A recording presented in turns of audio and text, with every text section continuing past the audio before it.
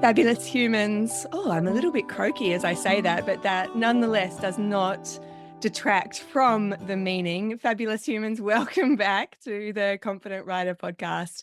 It's been a little while, and in order to come back onto the airwaves with you, I have enlisted fabulous friends who are with me now. The amazing Tania Kindersley and the effervescent and beautiful Kathy Price. Welcome. Hi there. It's so good to be back. And I've never been called an effervescent before. Haven't So thank you? you But for you that really one. are. You're like the little bubbles that come to the top of the cup when you pour the fizzy water in, or the champagne. Don't you Oh, think so, just Tanya? keep doing the artistic writing because this is cool. This is cool, okay. To be called a bubble. I only A think in bubble. poetry now, Kathy. Yeah, that's the only way that it goes. Sorry. Can we talk about the artistic writing, actually? Because I haven't heard enough about the artistic writing. Yeah, we can absolutely talk about that. Should we say hi first, just generally? Well, yes. I think that's Hello, what people everyone. want to hear, obviously, the artistic writing. But yes, Excited about the artistic writing. Also, it means I don't have to say anything for a little bit, so I can just gather myself. I see. It's a stall. You're not really interested. It's a stalling tactic. No, Is that not, what you're not saying? really. Yeah. Yeah, right. Totally. But and don't look at me for artistic writing. It's like no hope, girls, no hope at all. Jane No, and genuinely, Tania. I've heard rumours about the artistic writing, and that clearly it is all true. Vicious or not, And isn't it? no, I've heard, and I think we need to know, don't you, Kathy? Absolutely, absolutely. Well, I But will we might say hello first, yes. Yeah, I'll absolutely tell you. Let's start with Kathy because obviously the disclaimer being that both Tanya and I are a little bit low ebb, shall we say. I've had a somewhat disgusting flu the last few weeks, which has really knocked me out. And my voice is I think it's raspy. Let's go with raspy. My voice is a little raspy. Um, You but you Kathy, you could have an alternative income stream do with you a think so? telephone. Yeah, Hi, welcome to the Confident Writer podcast with Jane Pike. How absolutely. does that work? Is that good? Yeah, that's good. Yeah. Welcome to Joyride. Yeah, yeah. Oh, Right. yes. Well, let's not go, Kathy. Now, let's not go there. So let's start with you, Kathy, then, because you're the most bubbly of the crew tonight. What's been happening in your world? Well, I hate to bring the story down. It's been shit, basically. Oh, It's been no. shit. No, it's all getting better now. No, I've had one very sick horse. Well, poorly horse, not sick, poorly. And then the other one twinged a back leg. And I was looking at them going, I have no idea. Why? What? Who? I mean, they are most definitely here to teach me. So they're all getting better. Evie's better. Teasel's well on the mend, but Teasel is a conundrum. This has been going on for a while. But yeah, so I'm coming out of the shitness now. And also the sun has started shining in the UK and it's actually got warm for the first time this year. So that has made a big difference to everything. So yes, I am slightly effervescent now because everything is going the right way. Yeah. That's where I'm at. I'm bubbling. It's so tough when that stuff happens, like, especially when you have unknown causes or unknown directions to take things in and you're kind of pulling at so many different strands. It can be quite overwhelming at times. Yeah, I'm really grateful that I've got such a fabulous team around me, the people that I can go to for help. And it was literally, she'd been not good for months, basically. And there came a point I said, right, enough's enough. We got to dig what is going on. So tooth barriers, x-rays, all sorts, body work, supplements. And now we're on the right track. You know, I've got no rush, but she's made such an amazing change in 6 weeks. We're obviously doing something right in the big trend. So, but you're right. There are moments you think, I have no idea. Where do I go? What do I do? But I think you just have to stop and go, okay, one step at a time. Excuse the pun. Let's start with the feet. Yeah. And then because that's what she needed to do. But And then we'll start with a GoFundMe.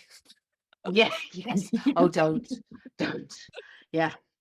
Oh, yes. When the vet bill came in, it was like, oh, Very another exciting, horse. isn't I it? could have bought another one right with that, but you know, and it didn't. The vets were great, but they didn't actually tell me anything. I'm so glad I did all the testing because it cleared. There were the things there that to worry about, sort of thing. Mm, But at the end of the day, I thought, well, actually, that's told me nothing. yeah. But it's I mean, you know, sometimes that's really good information though too, isn't it? So you can at oh, least rule out totally, what it could have been. totally, yeah, Yeah. yeah. Yeah. But it's sometimes you think, just do that, and that will give me the answer. And it's like, no, it's not giving you the answers, and now you have to go looking a bit more. But as I said, they're here to teach me, and they're doing Yeah. that. Yeah. Maybe they can think of some alternative ways for teaching. Just Yeah, moving forward. We could just suggest that. yeah. Just be happy little horses grazing in the field that mummy can look at and go, oh, there's Britty. Yeah. And it's In the walking. Yeah. repertoire. And it's not lame. Yeah. Ooh, ooh. Oh, dearie me. So that's where I'm at. Tanya, you look pensive. I'm thinking hard with my half a brain that's operating.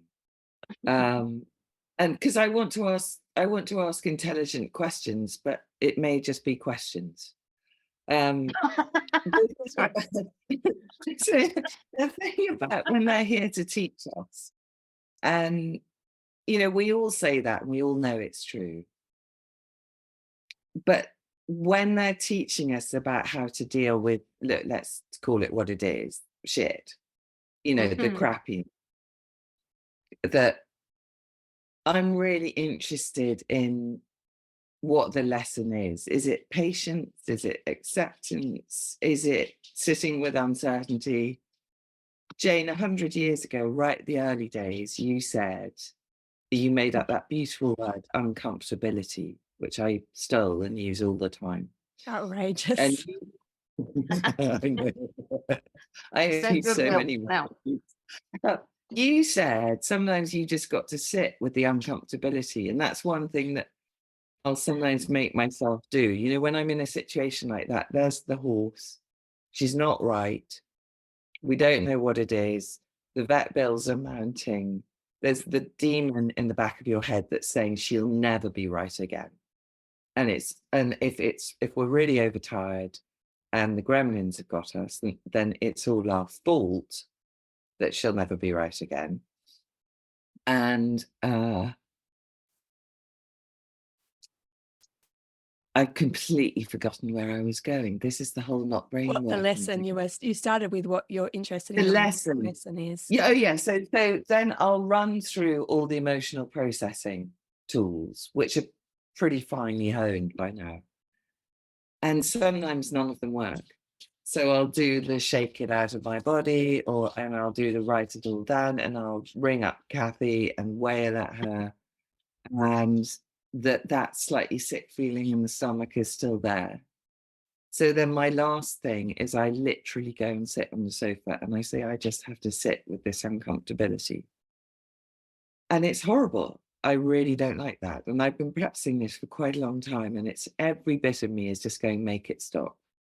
Make the Yeah. rules get better. Make the vet tell me something I know, make money magically appear so I can pay the bill.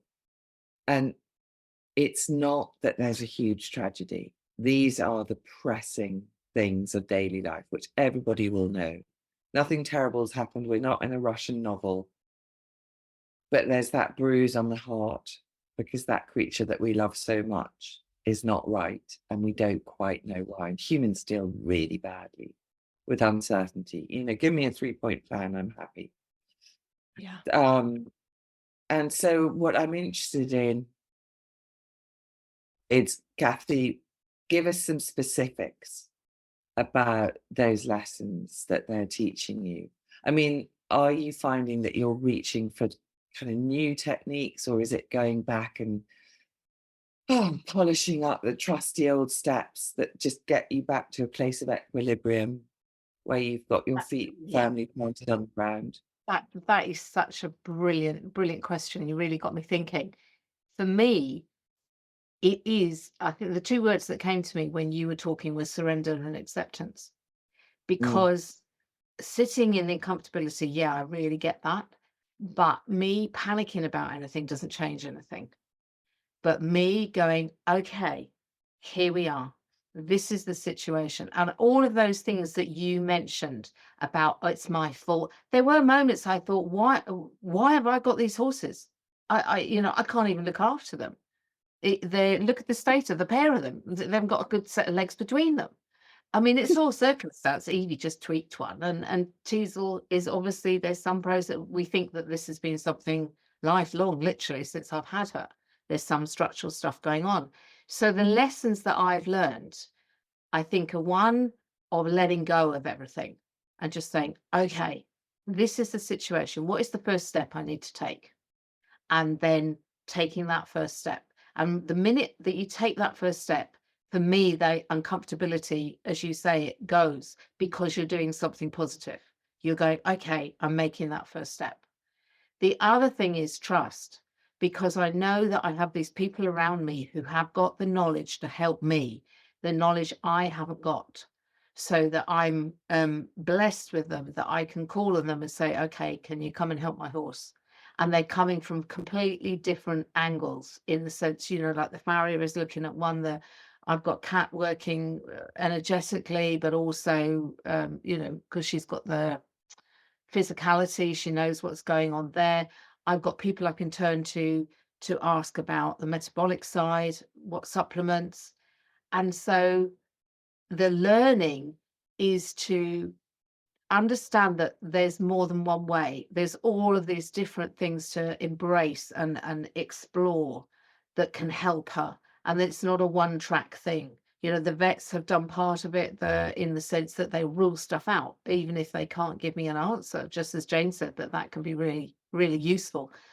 But I absolutely was in that place of, I'm useless. Look, here am I saying I can help other people, and I can't even help my own bloody horse. But for me, that is the lesson. For me, it is to go, it's okay. Step back, go back, allow, surrender, accept. This is the situation. And now take that first step forward. Look at the tools you have around you. Listen, ask questions, inquire, be curious. People, the conversations, the universe does this to me all the time, that something will happen. I mean, there's a whole long story I can tell you about my horse talking to Roddy King, who then talked to Tom Mays, who then talked to me. That stream of information came because Teasel was ill. It may not have happened otherwise. But that for me is the being open and going, okay, where is this taking me? What can I do? If that makes sense. Yeah, and what I love about that is we've got one of my favorite things, which is that sort of counterintuitive balance. So we start with surrender, acceptance, letting go. This is what it is. I can't fight it. Me Mm. trying to make the situation different in my head is not going to help. So that's on paper, that might sound almost passive. And there is something about that. You're stopping, you're allowing this thing that's happening. But then the crucial bit, and this is what I've been thinking about a lot lately, and you said this a few times, that first step. And to me, what that is, that's the taking of action. Mm. So accepting, that's the emotional part. This is what's happening. I'm allowed to feel uncomfortable. I'm allowed to feel a bit crappy. I'm allowed to feel a bit defeated. We can't be rah rah and sunshine and jazz hands and show tunes every day. Mm-hmm. But then that's not the end of it. I can honor those feelings. And then I can look at what's that first step. So that's the taking of action. And Jane, I think you wrote something about this a while ago. I think I probably did. And I think it was probably artistic writing. But it is that thing of the taking of action rather than just the sitting and feeling terrible. Yeah. And so it's the balance, isn't it? One can't say, oh, it's all fine and it's bluebirds and butterflies and I'm just going to manifest my way out of it or tap dance my way out of it. This Mhm. does feel horrible. I hate it when my horses aren't right. But I'm not going to pitch my tent here. Mhm. I'm going to feel it, acknowledge it. There will be a bit of me that's frightened. There's always a fear. You know, this is it. We're not going to find the answer. I am useless. I think that's what you said at one point. So we can honor that fear. We can sit with that uncomfortability, and then we look for the action. And I find that the minute I can take an action, however small, and then, you know, you talked about conversations, it could be as simple as picking up the telephone and asking somebody for help. Suddenly, even as I'm saying this, I feel my body going a little bit, I'm having a little pins and needles, that the whole body's going, yes.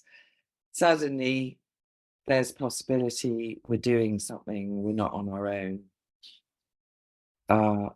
So that you didn't actually use the word action, but every time you said take that first step, I thought, oh, yes, action. And then I thought, Jane had things to say about action.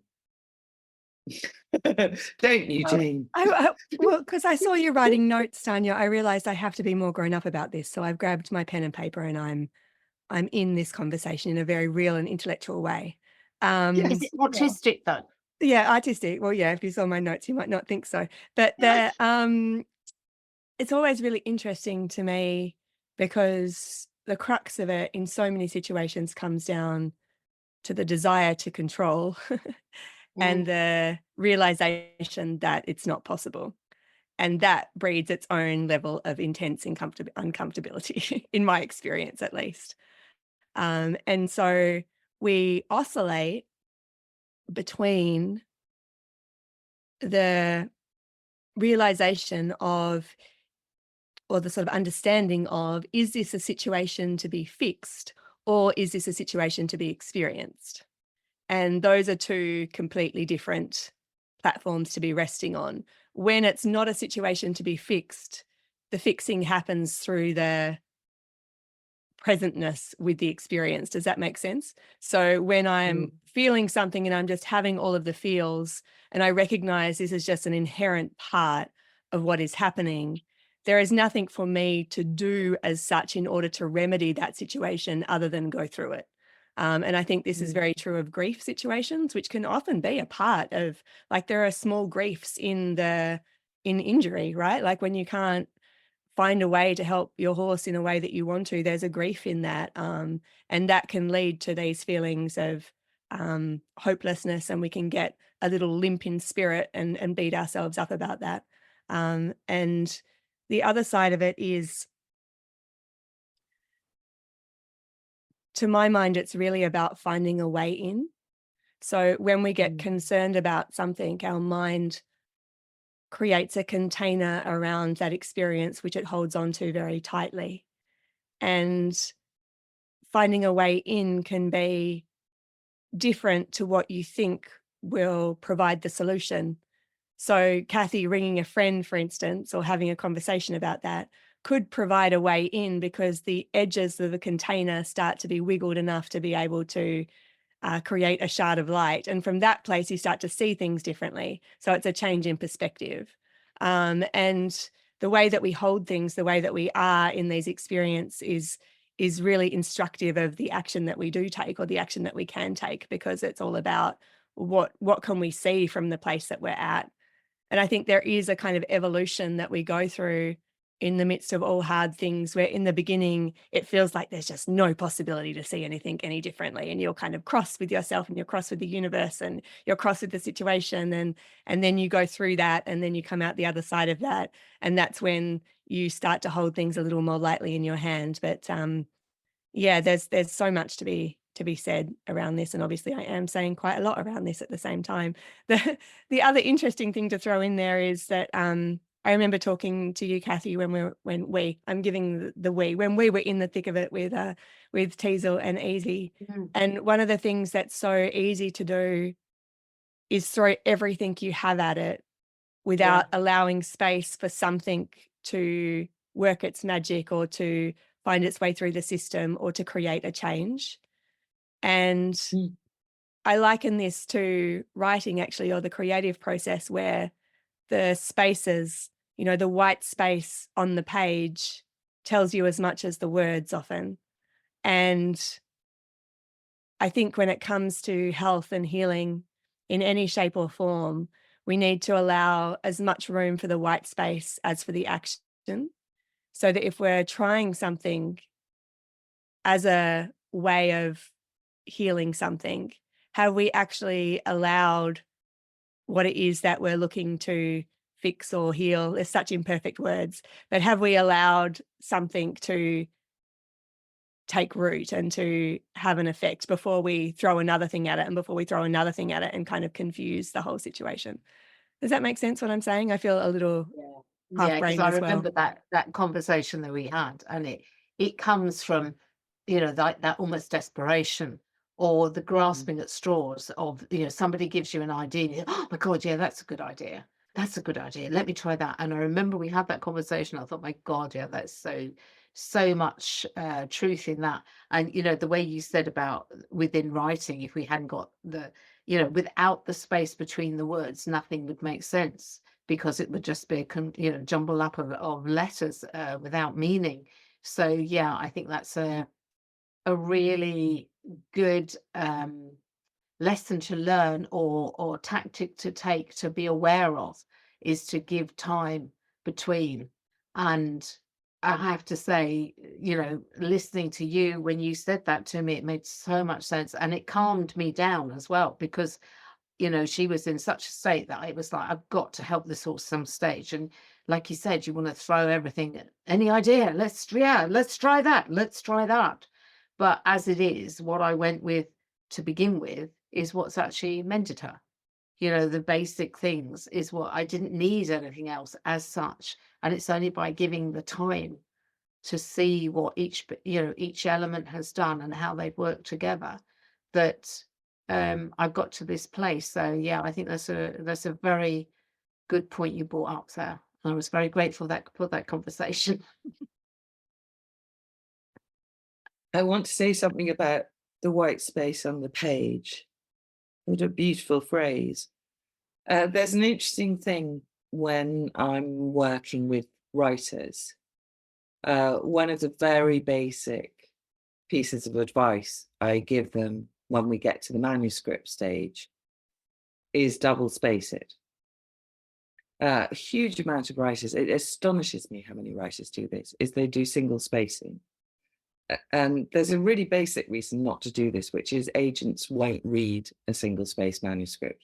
So you send it off and Yes. they'll look at it and they'll just send it back to you. They're so fickle. It's so fickle. But actually, I don't blame them, because I sometimes work as an editor, a freelance editor. And if I got a single space manuscript, I would feel a rage bordering on, well, I won't even say what, but my Mabel would come out and do a dance. And it's because there's nowhere for the eye to rest. Mm-hmm. And even when you're working on a screen, I would always suggest double space it and choose a really nice font, a font that has space around it. Some fonts are really cramped. So what that does is it invites the eye. And if you think of the act of reading, and I've really been thinking about this lately because I've gone back to dear old-fashioned papery books, because I realized I was absorbing all my books by my ears. I was listening to Audible. Mm. And I thought, why is it a different experience? And it's because when I pick up a lovely papery book, when I read a beautiful phrase, like the white space on the page, I'll pause and I'll really let that beautiful phrase or that lovely sentence or that wise thought, I'll really let it sink in. I might just sit with the beauty of it, or I might let it start a train of thought of my own. It's a space. I'm taking a metaphorical space. That's my white space on the page. And as you described that, and you were using it literally and metaphorically and symbolically, the word that came to me was rest. And it's probably because I've been very, very tired for quite a few days now. But I thought that's what space means to me now, just at this minute. It means a place where we can rest. Physically, when I'm reading a book, and I also say to my writers, keep your sentences short and keep your paragraphs short. There's a lot of snobism about that in the literary world, because the literary snobs think it's sort of tabloidy. It's what, but I just think it's beautiful because, again, you've got that lovely white space where your eye can rest. Yeah. Reading is a very active business. Yeah. Think of what we're Absolutely. doing. We're taking two-dimensional marks on a page, and we're seeing, as the reader, we're Mhm. seeing people, and we're smelling smells, and we're feeling emotions. We need those spaces to rest. To carry on with the conversation and the metaphor of it, writing that doesn't have spaces is like someone that's speaking at you, excuse me, in a monologue. It's very tiring. It's like you're not engaged in a two-way experience. And the spaces allow for not only dialogue, but a third space to be created, which is I'm receiving what it is that you're saying. And now I'm having my own experience with that. And then I send back into the world my interpretation of what you offered me. And so we've created something different from what was initially sent out, what I had as an independent thought. Together, we've created this union of experience, which is a magical part of creating anything, but not only creating it, sharing it. And that's why the sharing is a very different and very potent part of creativity in my mind. And the same goes for the body. You know, when we think about, we all talk about the wisdom of the body. We love that as a phrase, the wisdom of the body. Very few of us practice it, right? We think, oh, wisdom until it goes wrong, and then we're going to throw everything at it to try and make sure that we can do as much as we can for this not to happen again. But actually that white space is I take in this product, or I take in this experience, or this touch, or this energy. And now I need to figure out, the wisdom of my body needs to figure out how to interpret this and what to do with it. And that takes time. That takes time for that to happen. And we might refer to that as soak time in training. I mean, it's the same kind of thing. We don't consistently ask for something. We wait for the lick and chew. We wait for the processing to occur. We sleep on it overnight. And when we wake up, we notice that we feel different. Why is that? That is because there is this mechanism that is very beautiful, the consciousness that we have that's kind of universally available, that's working behind the scenes all the time, that sits different to our logic or our conscious thought. And I think it's true for everything we talk about, for healing, for connection, for creative work, whatever it is, we always need to allow the pause, because the pause is where the reconfiguration happens, and where we allow for something different to be formed separate to what it was we initially offered. Yeah, I one interesting thing about the white space between words. I went to an eyesight course, to help your eyes, because if you go to an optician, they generally say you get to this age and you can't help your eyes. And there's a guy called Leo Anghart, I think his name is, and he has a set of exercises where he maintains you can change your eyes, whatever age you are, especially children, whatever. But one of the exercises is actually looking at the white space between the words. And that's one of the ones to help your eyes. I always remember that, thinking how interesting that was. But yeah, just what you were saying, Jane, what I'd written down, space allows for the information to come in, because I'm not going to repeat what you said because you said it so eloquently, but it is that we need to have that space. And I loved what you said, Tanya, about going back to the written book, because yes, with Audible, you haven't got that unless you physically pause it. You haven't got that space, but it's so much easier with the written word. And the other thing about the written word, and I'm trying to make sure I say this correctly.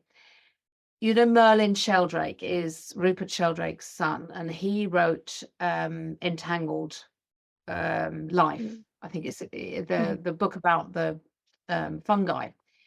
And I'm enchanted by that guy. He's like a pixie, but with so much information.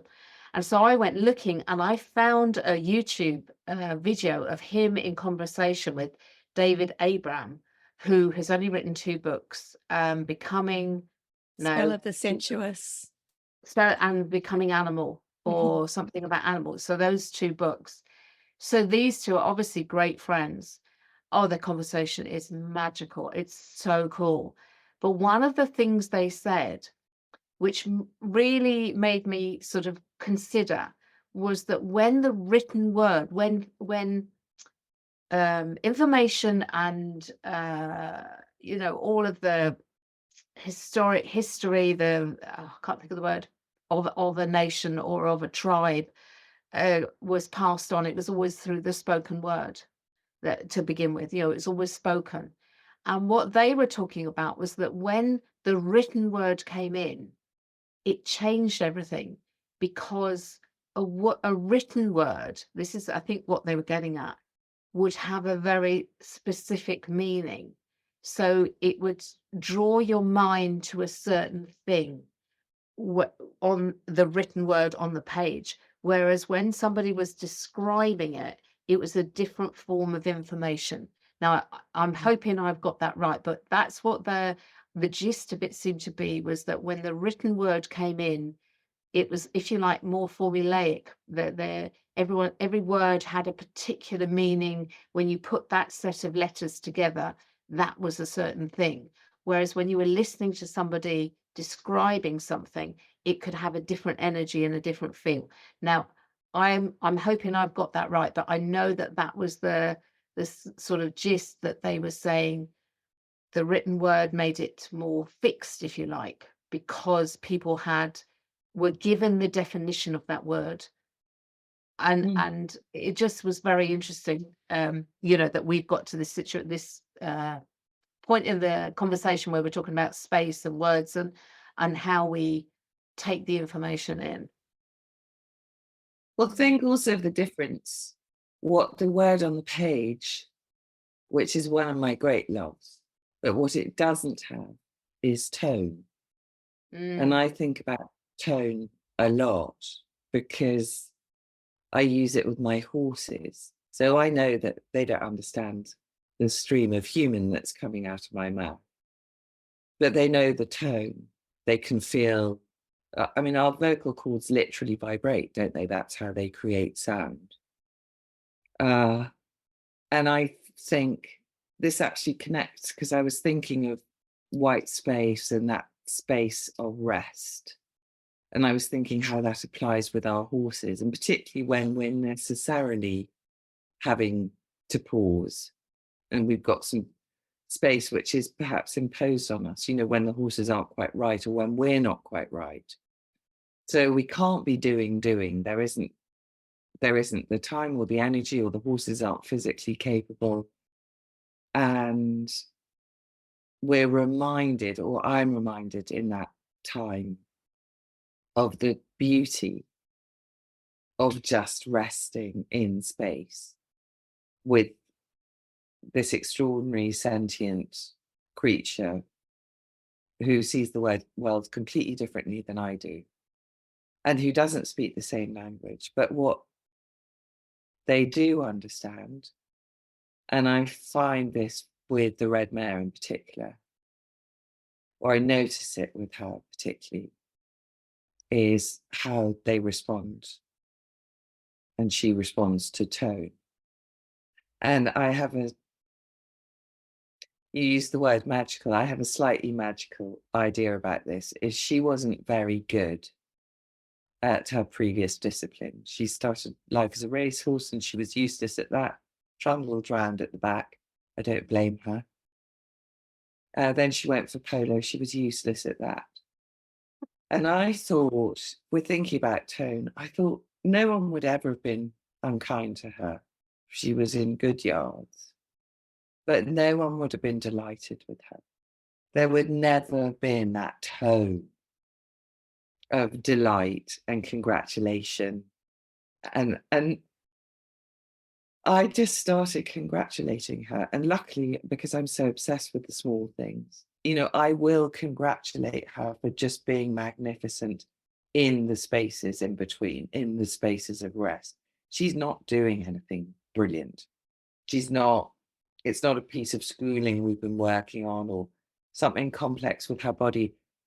I congratulate her just for standing in the field and being beautiful. And I thought, how lovely that that comes so easily. And I'm absolutely convinced that she responds to that tone. And I thought, if I can do that so easily for my horse, what would it feel like if I could do that for myself? So now I'm taking us onto a slightly different plane. But it was because you were talking about the power of the spoken word. And I think the power of the spoken word is it's not codified in quite the same way that the written word is, and it has sound. And it also has expression. So how we're holding our body, how our facial expression is, which again we know horses can recognize because there's a Danish study. They could recognize angry faces from photographs. From photographs. So the spoken word has a whole lot going on. Anyway, I don't really know where I'm going with that, but it all felt very important when I was saying it. It is. It is important because it actually, I mean, we can go very meta on this as well, as much as we want. Oh, come really. on. But, the space is about acknowledging cycles and acknowledging seasons. And as humans, we're not very good at that. We manipulate things to our benefit we think to our benefit, and then ultimately it ends up being to our detriment. But in the beginning, we think to our benefit. And I, in part, think that's because from a human perspective, our understanding of time is very linear. And from a horse perspective, how they experience time is very different compared to how a rock or a mountain experiences time compared to an insect. There's so many different variables of time that inform our actions, the sense of urgency that we have, the rest that we allow ourselves, the pauses that we take in between. And I know for me, and I don't think just for me, but just only to speak for myself, I'm in a constant battle. It does feel like a battle between this desire for simplicity and rest and spaciousness and the world that we're a part of that demands output and productivity and the constant go, go, go, which I very much internalized. The tension that exists between those two places is very real. I feel that in a very lived way. And when I get into places like I am now, where I'm a little unwell, the balance becomes difficult, because there is, on the one hand, and I wrote about this the other day, I'm self-employed, I'm the breadwinner for my family. I can't just stop. I can stop to a point. But there gets to the stage where people's empathies run out for good reason, because I'm paid to deliver a service. And I recognize that. And that's the one tension. And on the other hand is this knowledge that, you can only override your body for so long.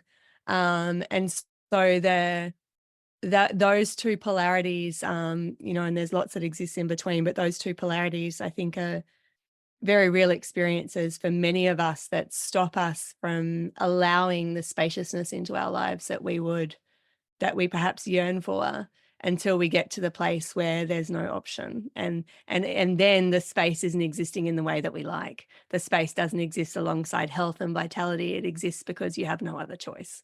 And so that's something that I'm playing with in my mind currently too.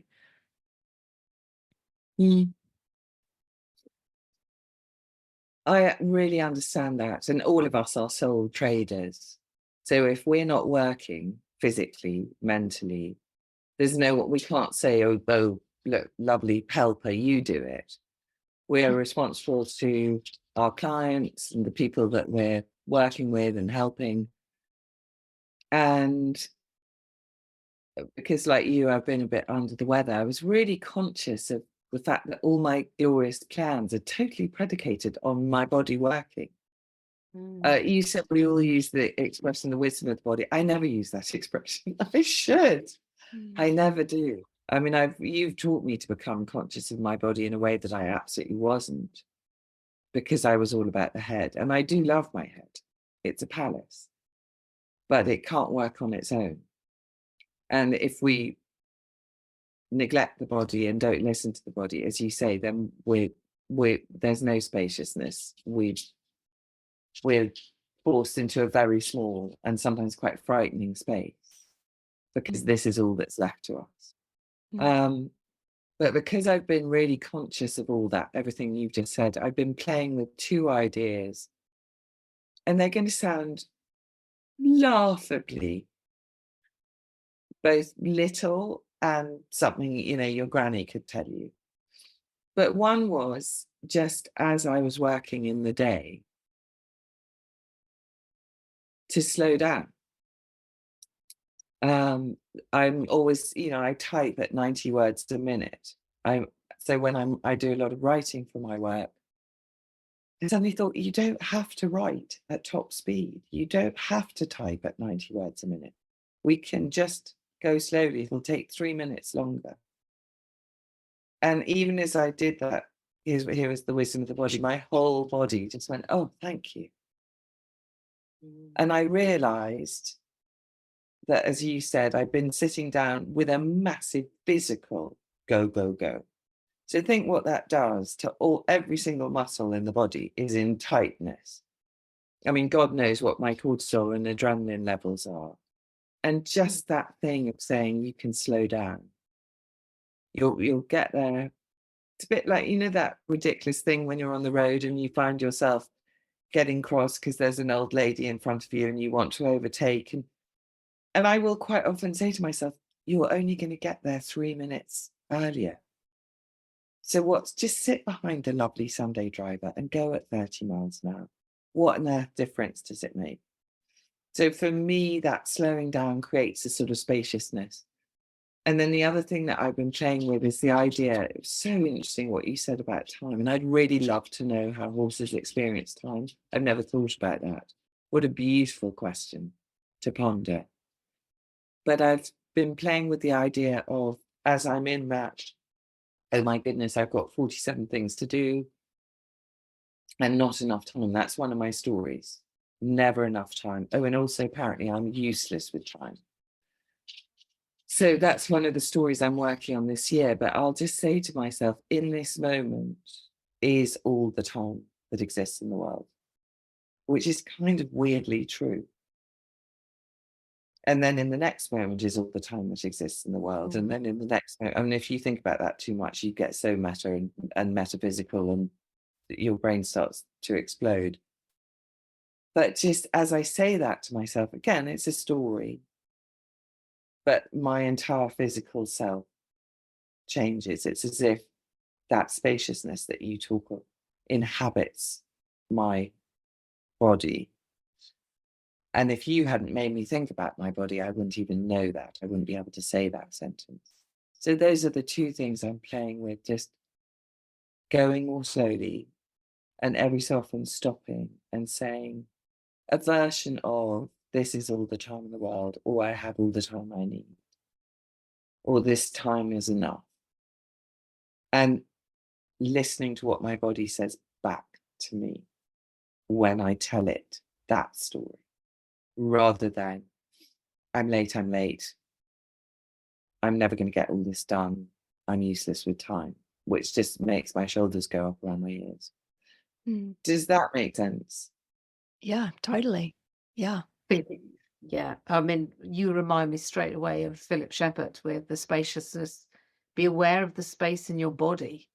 That's a whole nother space, because Janie, you're the expert on this, but when we go into fight or flight and we close down and we're protecting and we're shoulders hunched and it's, we're shutting everything down. We're getting rid of the space. So what you were saying, Tania, that when you change your thought process, you feel that space in your body. And I love the way he says, people say about taking a deep breath. he says it differently. He says, I invite the breath down into the pelvic bowl. And so many times I think of that, because I'm walking now, especially in the spring, and we have the gorse flowers out, and the beautiful smell is like coconut. And I instinctively want to take a big, deep breath into, and I think, no, don't take that breath, invite it and allow it to come down and, push your belly out and go through. And it's such a different feeling of space, and such a different feeling of bringing it into your body. I absolutely love that. And then you were saying, when we think about time, for me, people sort of, when I do my work, for me, time doesn't exist, in the sense that the system I'm working with is right next to me all the time. And time, it doesn't take time for what I'm doing to reach across the world or anything like that, that it just doesn't exist. It's the here and now. So just what you said, every second is now. It's now. It's now. It's now. And you can drive yourself mad thinking about that.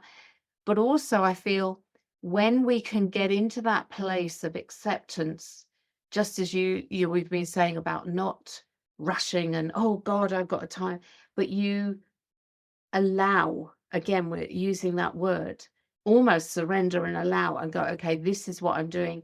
Time expands, because I found that when you get into that flow of, this is the job I'm doing, and the side thoughts of, oh, I've got to go and make dinner, I've got to go and do this, disappear. So you're in the moment all of the time.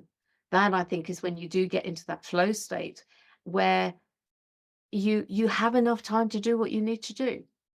And I have been in that experience with somebody else I was working with, and we thought we'd never get this job done, but we were so engrossed in doing what we were doing, completely in that moment.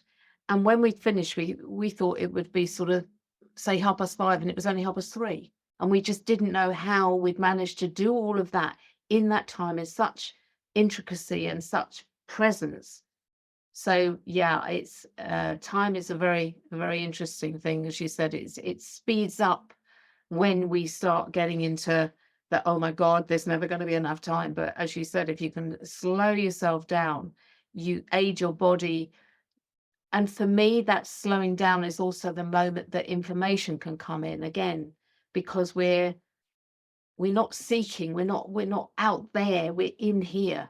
And so it's almost like an invitation for the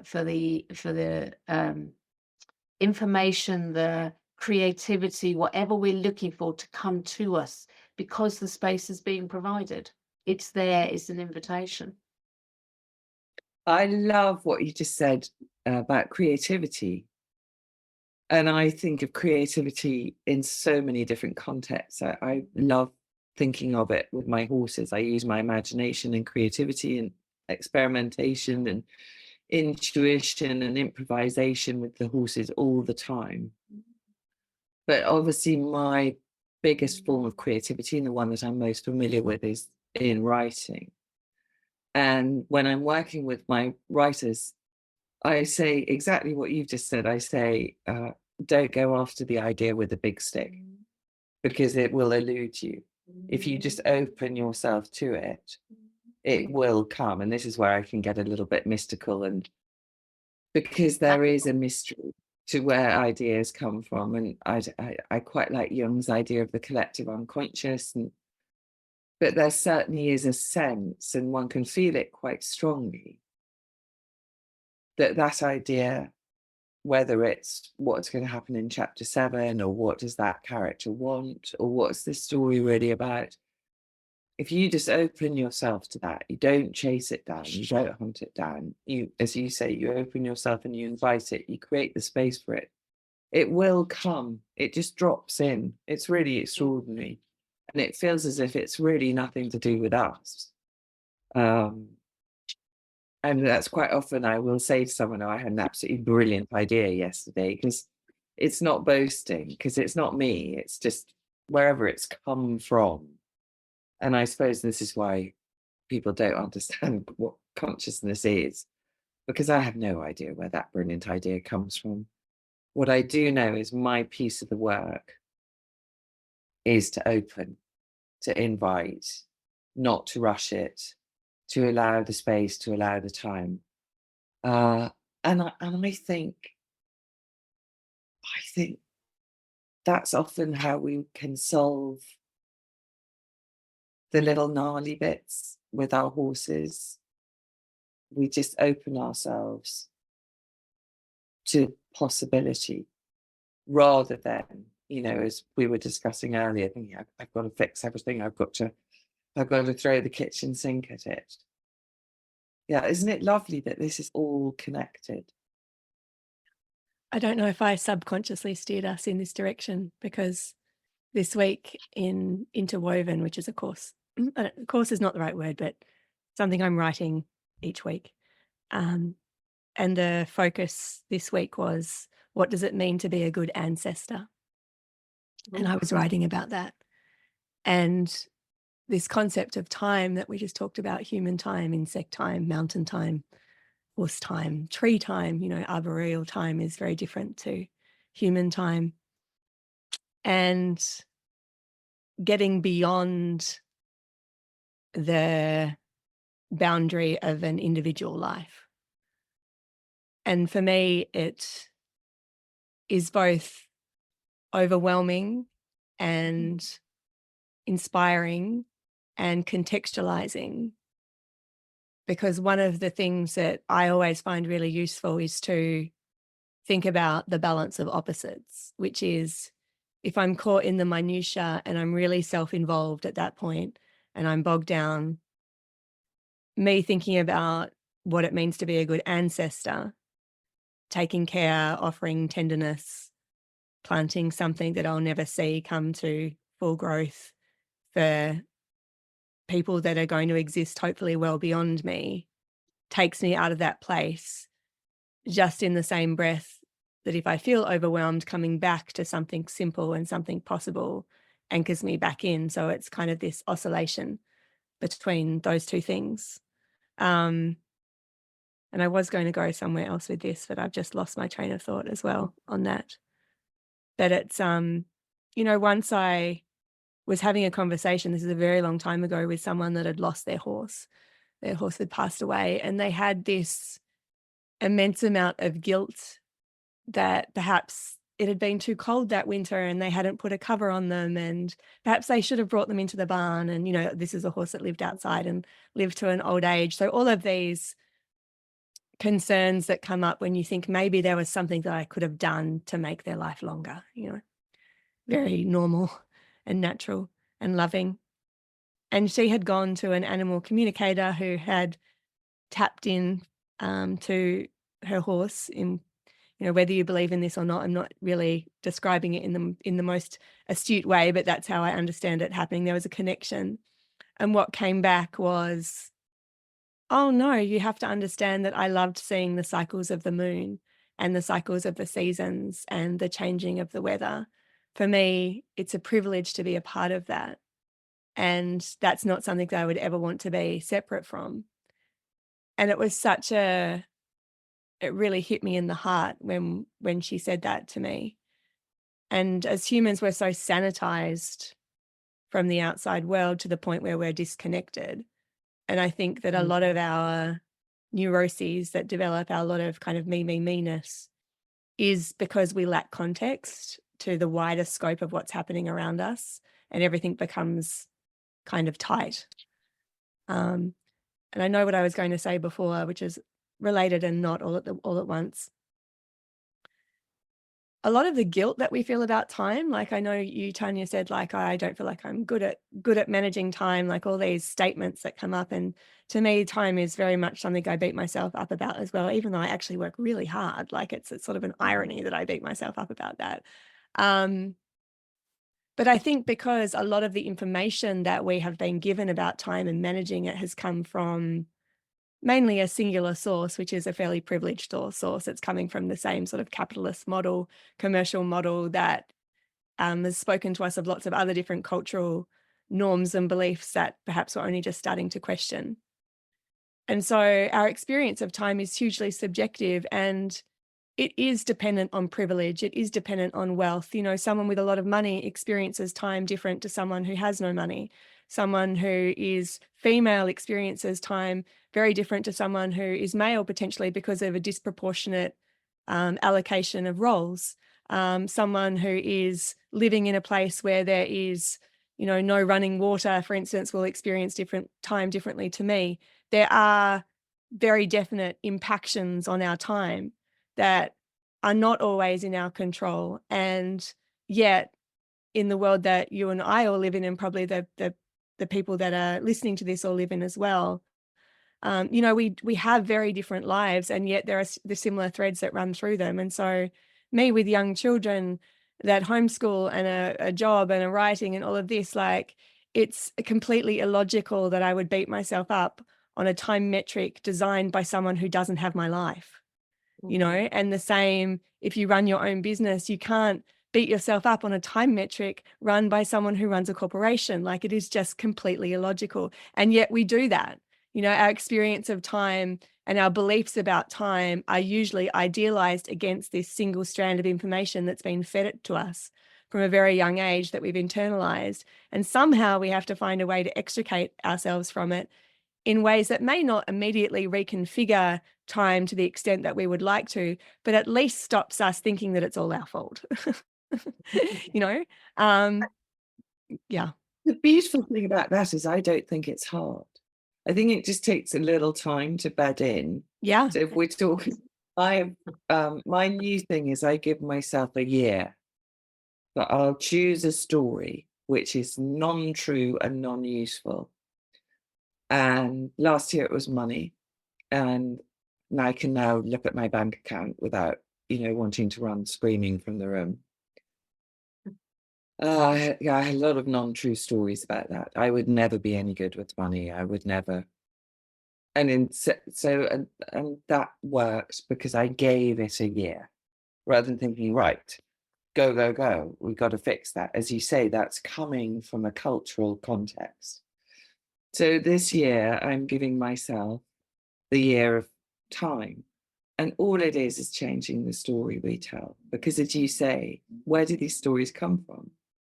There'll be a combination of the zeitgeist, the culture, the society, the family, the peer group. You know, if we have lots of friends who are very busy people, who seem to be very high achievers, that creates a story of its own. And you talked about threads. For me, the unraveling of those threads enables us to find the one that's ours. And the listeners can't see, but I'm making a gesture as if I'm just pulling one single thread forward. Because when all the threads, which are not ours, get all tangled up, that stops us moving forward. And then the time panic becomes even more acute because we feel like we're stuck. So if we can isolate that true thread, which is our story, our individual story, and all three of us, I think it's the reason that, you know, we love talking so much, is we're all working to the same end, but we come at it completely differently. The things that mean something to each of us are different. So that word subjective, incredibly important. The story, let's take time. The story that all three of us tell about time will be different. And there will be several stories, but the one that we all humans need to search for is the one that's true for us, the one that works for us. So that's why I'm playing with ideas of slowing down. Now, someone else that wouldn't work. They'd find that too scary. I don't know, everything in them would revolt. But for me, that's working. The idea of just pausing and saying, this is all the time there is. But all I'm doing over this lovely year is just very slowly and gently and without shame and without blame, examining the stories that I've picked up from my society, from my upbringing, from the era I was born in. You know, I grew up in the 60s and 70s. So that's going to be that I will have different stories about time than someone who was born in the 90s. Then actually this brings us back to where we started, Kathy. It's what you were talking about right at the beginning. We can let the non-true stories, the non-useful stories go. We can just let them go. It's a beautiful choice. We don't have to hold on to those. If they're not useful, they're making us feel crap. And we end up beating ourselves up, as you said, feeling guilty. No, if feeling guilty was useful, if that made me happy because I was achieving the things I wanted to achieve, if I went down to the field and the mares went, oh, hooray, the human's feeling guilty today, let's break out the bunting, I'd say, have at it. Let's all feel as guilty as we possibly can. But non-useful, 90% non-useful, maybe 10% there's some useful, valuable information.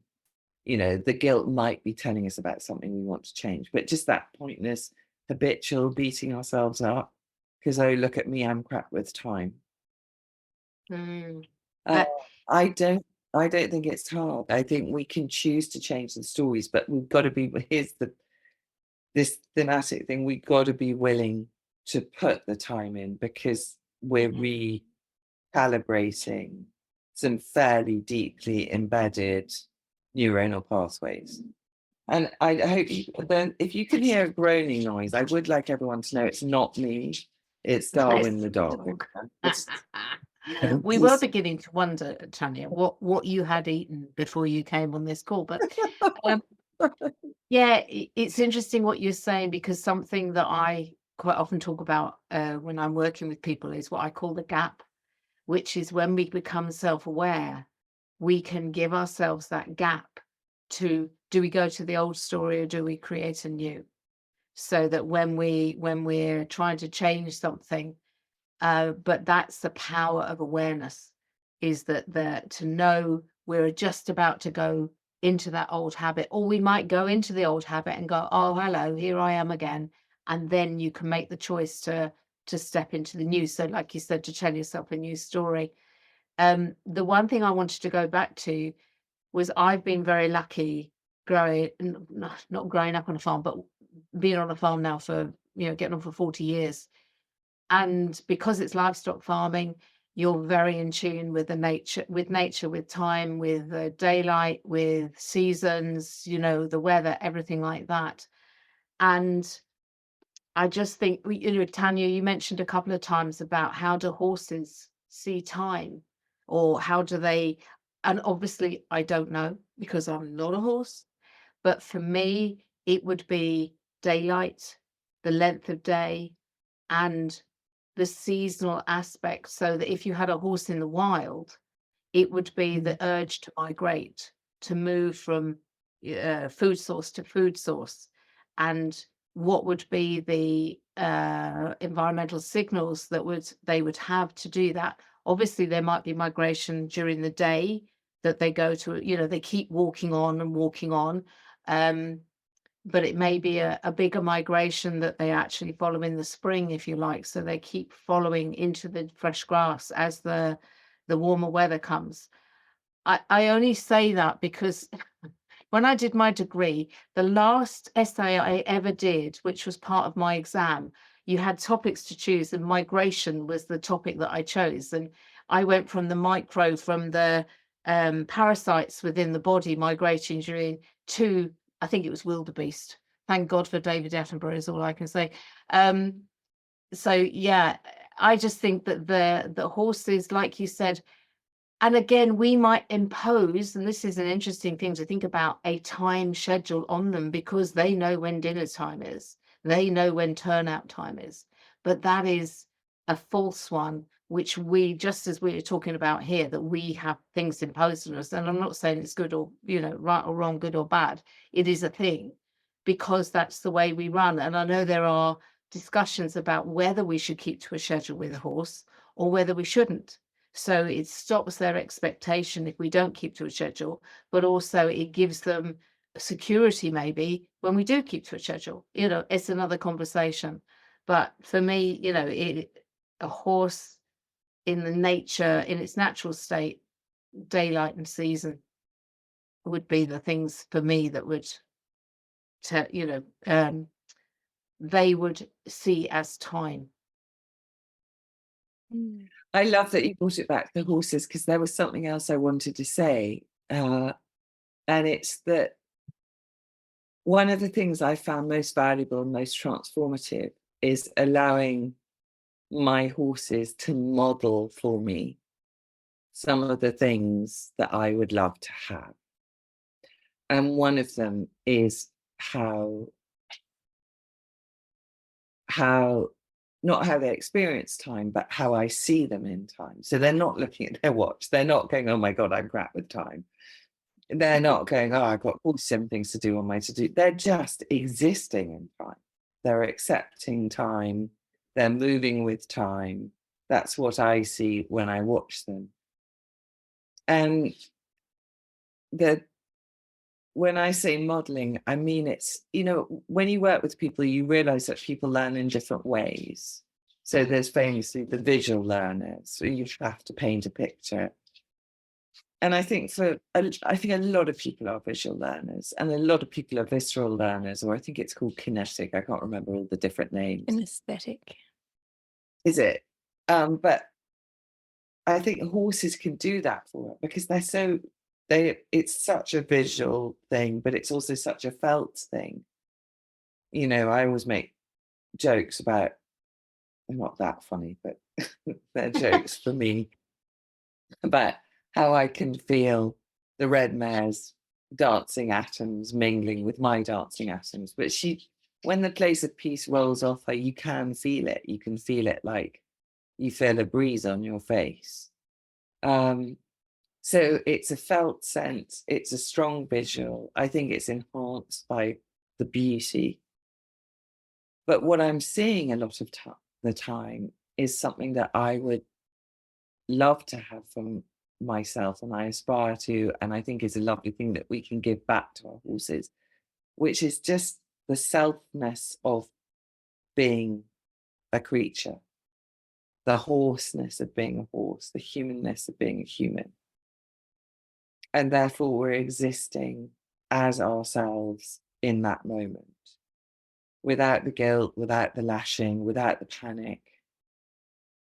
And they do that without thinking about it. That's just how they are. They are so themselves. Mhm. And sometimes I just stop and look at them in awe and wonder, and I think, yeah, one day, maybe when I'm about 93, I'll have it down. But for the meantime, I'm just going to watch and wonder in both senses of the word. And you're also going feel to absorb, because as absorb, you yes. said, that energy of the horses, you are feeling, we are giving off energy. We're all connected. There is no boundary. So exactly what you said, that energy rolls off her into you, and you're in a place of feeling, of openness to feel. I think there's a difference between timekeeping and time experiencing as well. And it's the time experiencing that really interests me. It's like our experience of time rather than our awareness of time passing, if that, the kind of Yeah. distinction between those two things. I had something else to say, and it's just gone out of my head again. So many things are disappearing from my brain space. It's happening at an alarming rate. They've gone into the space. They That's have the gone into problem. the space. Yeah, they have. Oh, What that's was it right. you It's come talked back. about? It's come It's back. come All right. back. Can it come back for a moment, Tanya? Yeah. So I've been writing a lot about place, like connection to place and the land. And as a part of that, investigating names and where names have come from. And this does tie into what we've been talking about, believe me. And at some point, I get frustrated with humans. And I think, at what point does the land just belong to itself? Like, at what point does the land just belong to itself? And then I think, at what point does a horse just belong to itself? Like, without expectation or being a part of this or that. And then at what point does a human just belong to themselves? And I'd never thought of that before you said something, Tanya, just before about, a horse just being a horse and a person just being a person. And to me, it's like a cutting of all of the threads of ideas about what we should be or have to be or feel like we might want to be, just for a moment. And to think, well, if I just belonged to myself for this moment, does that give me a place of pause or a place of peace just for right now? If I just had a few moments of belonging only to myself. And to me, it makes me go, oh, that's Exactly that. That's a lovely exactly what place to I was rest. going to say. Yeah, it is. That deep breath is exactly what I'd have done. Just gone, ah, yeah, this is who I am. My wise body is also saying yes. The minute you say, could I just belong to myself? I love that too, because you phrase it as a question. And for me, we'll talk about spaciousness and openness and that white space on the page. A question for me has an open quality to it. It's a wondering, it's a pondering. It's not, I must do this, I must. It's what if I An allowed myself? investigation. Yeah. Yes. And it can go in so many different directions. But when you use the word belong, could a horse just belong to herself? I instantly thought, oh, well, the red mare wouldn't like that, because, it's very important that I am there to do all the services that she requires. And, only this evening I was scratching her in that bit inside the ear that no hoof can ever enter. It's where the human fingers come into the hoof. And she was very, very, very pleased with me. But then I thought, of course, she doesn't belong to me, and I don't think of myself as her owner. And this is not me being all kind of woo and whimsical. Well, it is a little bit, but it would be absurd to think that she is mine. But I thought, actually, what we do is we belong together. You create And that that is, third space. Yeah. Yeah. Robin Wall Kimmerer in Braiding Sweetgrass, she talks about the language of animacy. And I love this as well, that in her native tongue, there's not so many nouns as there is verbs. So a tree is treeing, an ocean is oceaning, a bay is baying. And I love that because it gives, again, that aliveness and sentience and sense of something belonging to itself again. And so we're all in the process really of humaning rather than being a human. We're humaning and horses are horsing. And then we find our Venn diagrams cross over at certain points along that journey, and we can become greater than the sum of our parts, which is the ultimate aim, I think. Yeah, that's beautiful. Yeah. Maybe that's a good note to tie things up on. I think it is. it's perfect. You took us to the loveliest ending, greater than the sum of our parts. Can't say fairer than that. Absolutely. Yeah. That's the hope, huh? That's the hope. So if these lovely, incredible people listening to us now wish to find you, if they don't already know your special hiding places on the internet and beyond, where is it they can seek you out? Don't fight The over Red those Mare. first. The Red Mare on Facebook is the best place to find me. And Perfect. that's where all the stories are. Yeah, and I've got Point of Balance on Facebook. I'm also in Instagram, but don't ask me what that is. Just Kathy Price. So maybe that's not the best place to find you Yes. if you're Yes. not sure how to get there yourself. Absolutely, yeah. Showing my slight lack of awareness here. Yeah, so either my personal page on Facebook or Point of Balance. Perfect. Thank you so much, my beautiful friends. Thank you. It's so lovely being back together again.